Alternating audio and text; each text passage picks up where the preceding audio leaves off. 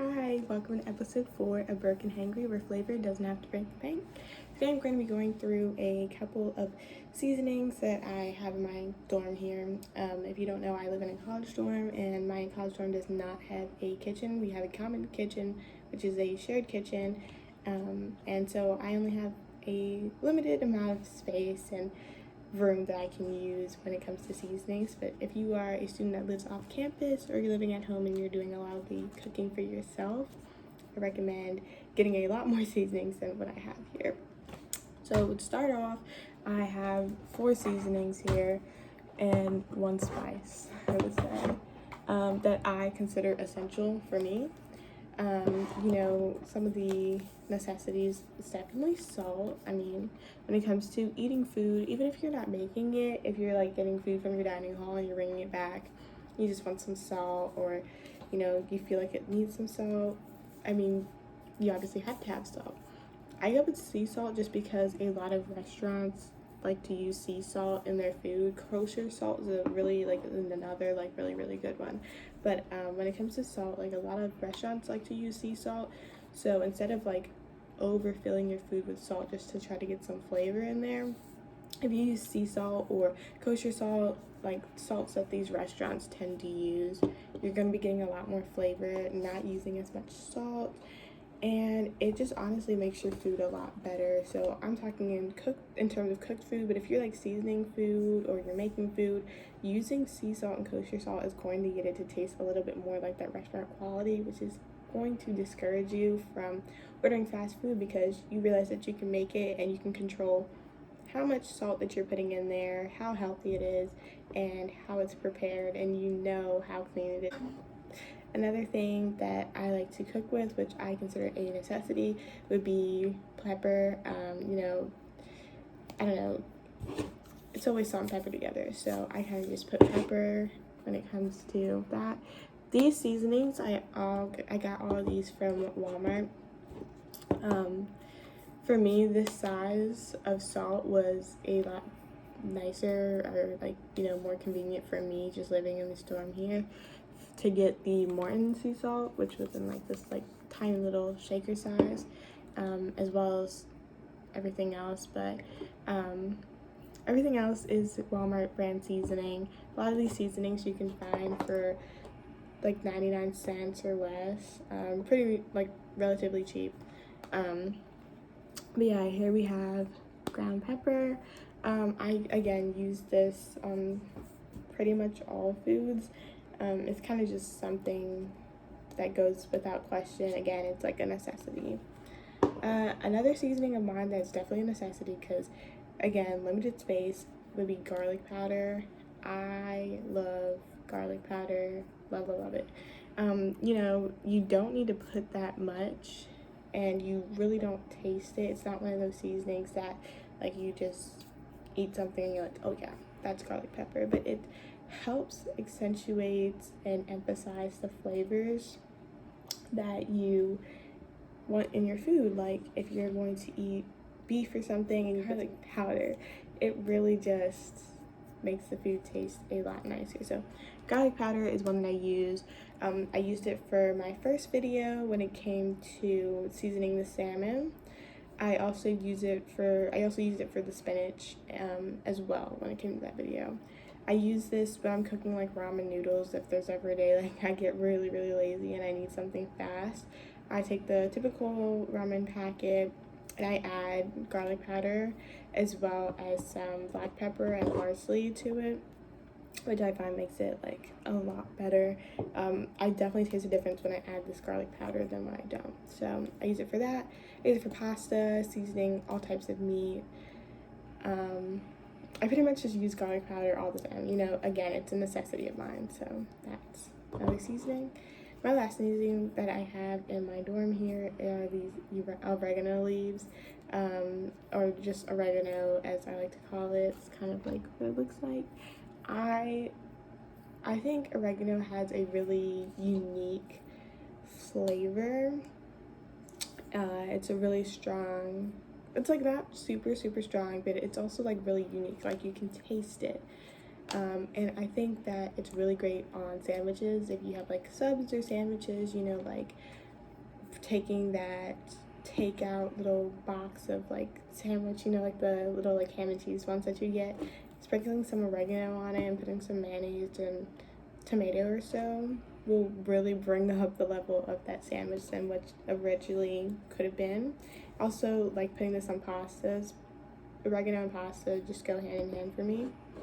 And seasoning beef with it specifically, but also chicken. I guess I could use it for like any kind of meat. Putting oregano on it's pretty good. So those are my 4 necessities that I have here in my dorm. And then if you are not living in a dorm size living, I have some more recommendations of ones that I would get. I'm just going to show you a quick spice that I have as well in my room here, just because it's here with me and I guess it was pretty important, so that's why I didn't leave it.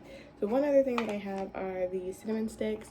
I could not find them in the Walmart brand, so I just went with the McCormick one. So I did have to pay a little bit more for these, but you know, it does give me like the little mini kind of cinnamon sticks size that I wanted. Cinnamon always smells so good.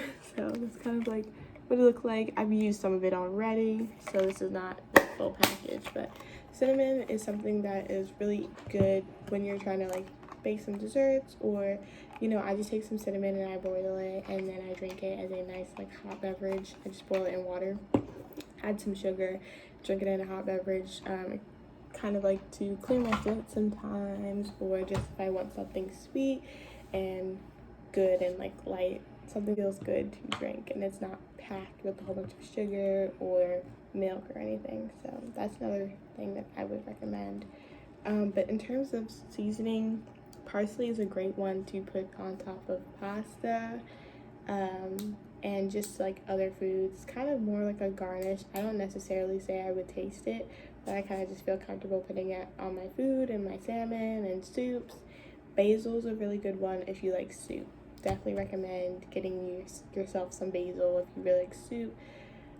Just because when you have the basil leaf boil in, it just has its own flavor that adds to your dish, and it's going to make it a lot better. Another one that I would recommend would be thyme. Thyme is really good when you're seasoning meat. I would put it on there. I would also put it when I'm seasoning fish as well. You can also put it in rice, but those are like times of seasoning that I would use for those purposes. I wouldn't necessarily say I would put thyme in soup. I think I would leave basil for soup. And yeah, when it comes to like seasonings in terms of like chicken or steak seasoning, I would say still use those if you want to. Steak seasoning used on top of a steak, but just remember to still put salt and pepper on there, even though it says like steak seasoning and the ingredients do have like coarse salt. In my opinion, I don't really taste much of a salt. It kind of gives it more of a sweet kind of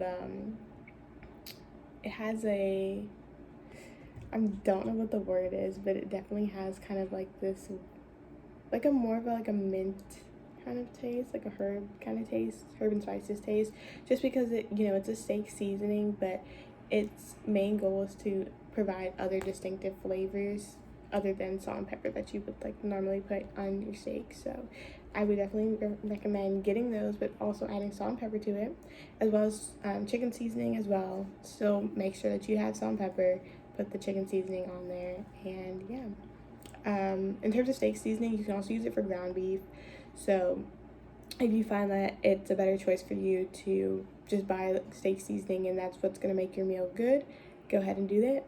But just remember that you can also use it for ground beef if you can't afford steak, because we are college students and we are broke out here. So yeah, that's just kind of like a few of my guides when it comes to seasoning. I would recommend buying seasonings from Walmart. Again, pretty much all of those ones that were the Walmart brand, and even the salt were like less than $1. They were 99 cents.